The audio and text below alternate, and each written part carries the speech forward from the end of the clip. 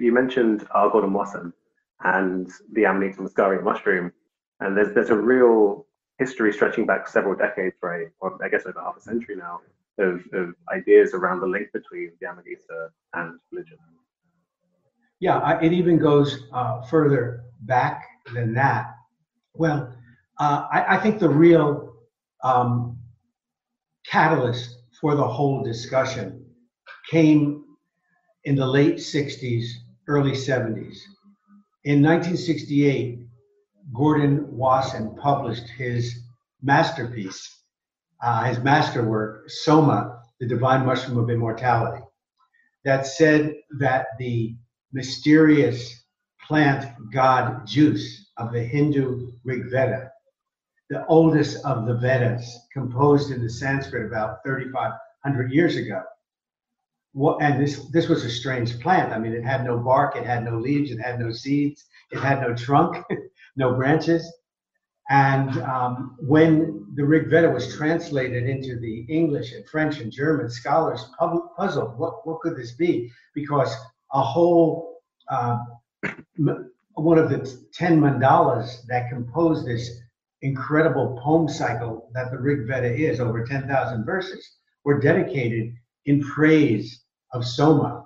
Soma is the mainstay of the sky. Soma is the udder of the sky. Soma is the god for gods. Soma has taken us to immortality. And Wasson concluded that Soma was Amanita muscaria. At the same time, a noted eminent linguist and Dead Sea scholar, John Marco Allegro, published a book called The Sacred Mushroom and the Cross, in which he argued that Christianity was based on a mushroom cult, which Wasson disputed. He asserted that the presence of mushrooms in the Bible ended 1,000 years before Christ. In other words, ended in the Old Testament, ended in Eden. And they had a vigorous debate at that time. Allegro's career went down in flames for a number of reasons that I can get into, including linguists tearing apart what was frankly shoddy linguistic evidence. And Wasson's career soared. He had been a very eminent investment banker for J.P. Morgan, an international investment banker. And now he was retired, independently wealthy, and his career soared, and he's recognized as a father of modern ethnomycology, and also as a kind of unwitting catalyst for the psychedelic movement that took place in the 60s and 70s. So that's where kind of it all started. And our book focuses around what I call the battle of the trees, because there's a very iconic mushroom found in a small chapel in Plain Coral in France. This was a fresco painted in 1291. And Wasson, this was the only photograph Wasson used in the Sacred Mushroom and the Cross. And he said, look, they're proving it's in Christianity. This is an Amanita muscaria. And Wasson, relying on Erwin Panofsky, one of the most eminent art historians of his day at Princeton University, said, no, it's a stylized Italian pine tree.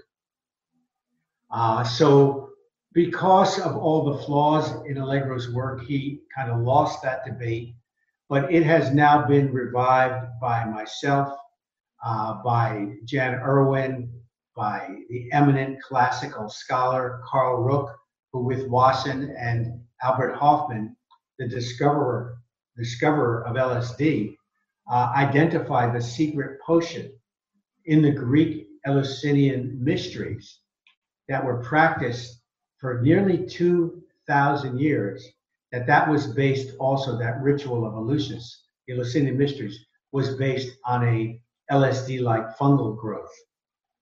So this was kind of the turning point, and now we're having a vigorous, wider discussion about the presence of psychedelic mushrooms in Christianity. And one of the things we raise in our book is, why did Wasson, who was an indefatigable researcher, I mean, he pursued the mushrooms throughout Asia, Latin America, Siberia, Europe, why didn't he go past the portals of the church? And we think we found the answer to that as well.